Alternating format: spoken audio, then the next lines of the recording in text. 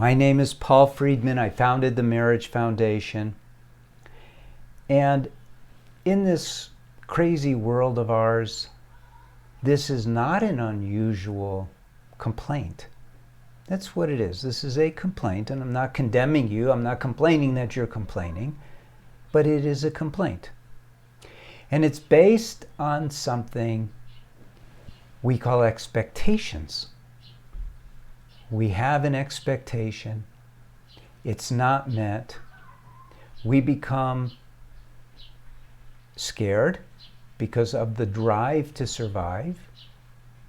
And maybe that fear translates into disappointment. We don't feel it as fear. And the expectations that we carry around are always, 100% of the time, self-destructive and self-defeating. And we should have learned growing up that anytime we see a desire come into our mind, an expectation, that we should release it, that we shouldn't hold on to it. Because, and this gets a little deep, we are human beings. We exist for the purpose. This is the truth. What I'm about to share with you is a very high truth. And it's irrefutable when you hear it. Our whole life is about feeling love. Now, it's true that in society, we have been trained to go after material things. We want a better job, we want a better home, we want a better car. But none of those things bring us happiness.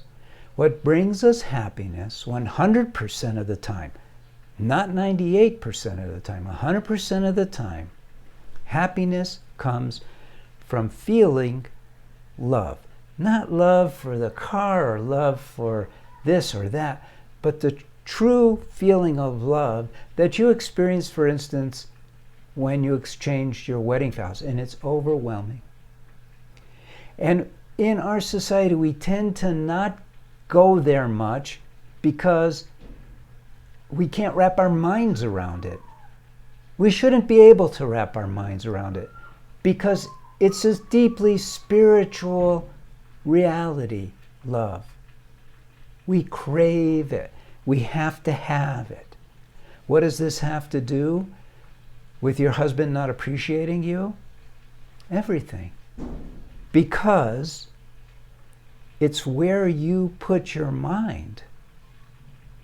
And in order to experience love, you can't stand here and get love from the outside. It's not how love works. The way love works, and it's deeply spiritual, is by giving it, because we don't own love. When we feel love, remember, we can't wrap our minds around it because our mind is a material thing. Love is like God. You can't wrap your mind around it. And that love comes, let's call it from parts unknown, but when you give it, it's flowing through you. And that's when you feel it.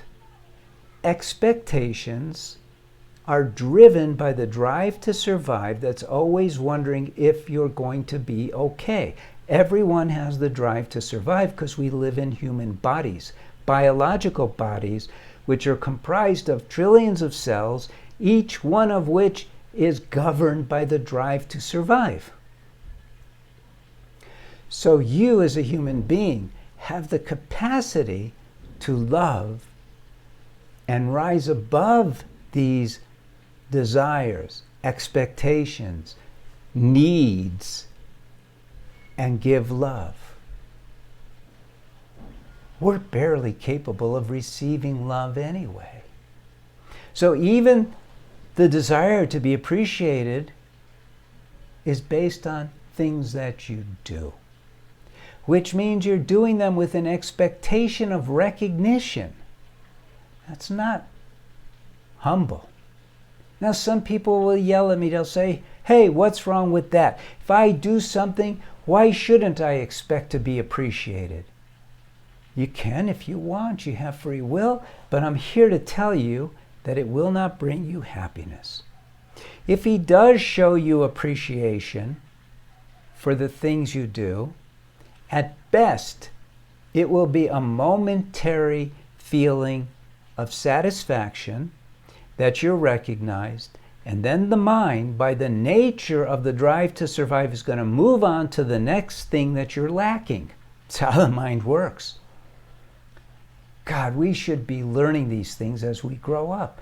But society is evolving, and we're still in a stage in society where we don't understand these deep principles generally. But you can. They're real principles. They're definable, and they are understandable.